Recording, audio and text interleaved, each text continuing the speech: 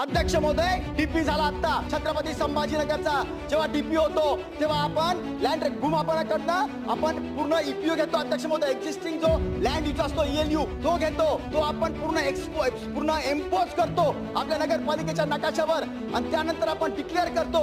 मग suggestion objection मागवतो. हे सगळं त्यांनी बेकायदेशीर कारण भूमापन मला मी पत्र दिलं एका मंत्री महोदयांनी, त्यांनी सुस्पष्ट लिहून दिलं की हे सगळं याच्यामध्ये सदोष आहे. मनाप्रमाणे जेव्हा हे सजेशन ऑब्जेक्शन झाले, हेअरिंग झाल्यानंतर मायनर मॉडिफिकेशन म्हणजे समजा आता कर्वेचर आहे त्याला आपण स्क्वेअर करून घेतलं, छोटे करायच्या जागेवर मोठे आरक्षण आणखीन अध्यक्ष महोदय यांनी टाकून ठेवले. कोर्टाने स्पष्ट सांगितलं अध्यक्ष महोदय, ऑर्डर आहे माझ्याकडे की तुम्ही प्रोसेस फॉलो करा. जर नवीन असेल तर ऍक्विजिशन करा, मालकीचं असेल तर त्याच्यात तुम्ही पूर्ण प्रोसेस फॉलो करा. परंतु अजिबात नाही असं दादासारखे 50 जेसीबी घेऊन निघाले